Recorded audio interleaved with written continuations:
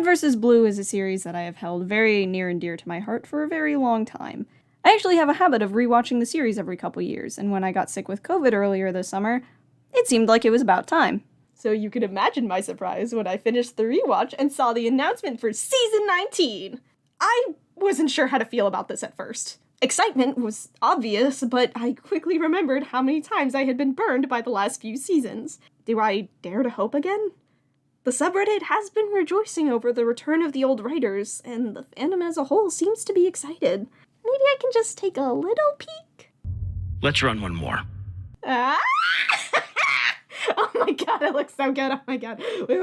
Wait. Don't you play with me. Don't. This looks good. This is gonna be good. This kind of looks good.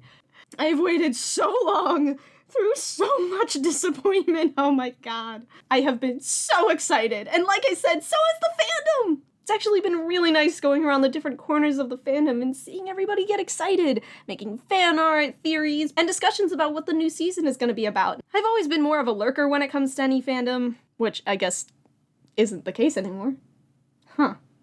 Anyway, the trailer looks like it's gearing up for the biggest retcon in the entire show's history, implying that seasons 14 through 18, minus any backstory episodes, have all been simulations run by Church. This has caused a big sigh of relief in most of the fandom because it means that all the bad character writing and contrived plots never happened. But to my surprise, there is a part of the fandom that actually seems kind of bummed about this.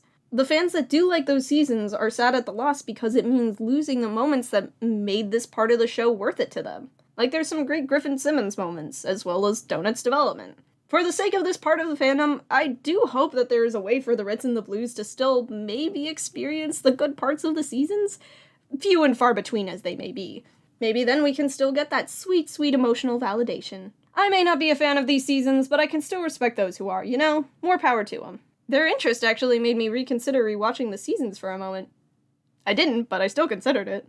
Either way, I think this is largely for the best. Between Tucker's regression, Wash's arc and subsequent retcon, and all of this, I don't know how you'd recover from that. I feel like the retcon is just gonna make it a little easier for everybody. For the writers and for the audience.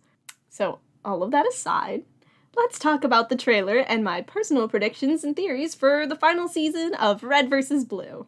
As I mentioned, the trailer shows that Church, aka the personification of memory, Epsilon, has been doing what he does best and running simulations after his big speech at the end of Season 13, trying to make sure that no matter what happens next, his friends will be okay. As he's trying to get it right, Sigma, the ambitious prick who wants to become human in seemingly the most violent way possible, strikes up a conversation and taunts Church with the Sisyphusian nature of his actions. The conversation totally doesn't have a double meaning for the life of the show, but, you know, that's that aside. Church, meanwhile, is stubbornly holding on, seemingly incapable of letting go and leaving his friends, and really, is it that surprising? I've seen some people speculate that Church running these simulations is showing that he doesn't trust his team, and I don't think that's the case. Church has never been good at verbally expressing who and how much he cares about the people around him, but his actions always clue us in. We've seen this with everything that he went through for Tex. I'm not at all surprised that he's doing this for what is effectively his family.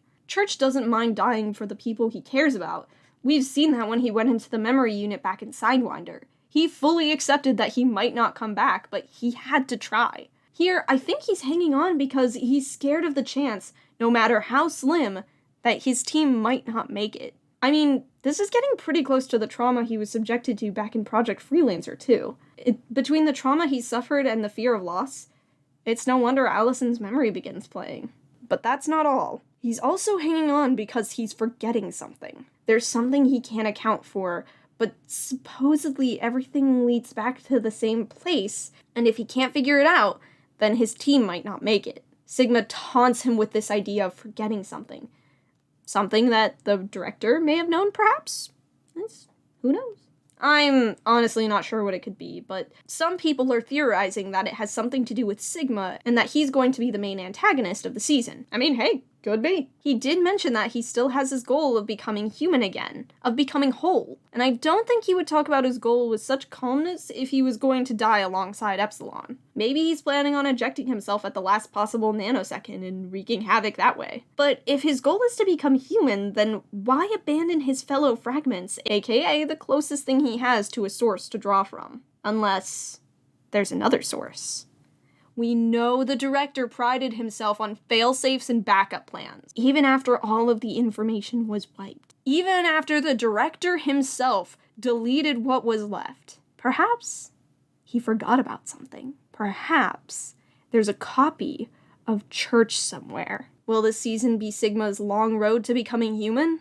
Will his humanity look anything like Church, or will he be someone new completely? Or am I reading too much into this? I have no idea. But I'm jazzed to find out this fall! As of me making this video, there's no set date for when the season's going to start, but you can bet that I will be keeping my eye out for the announcements.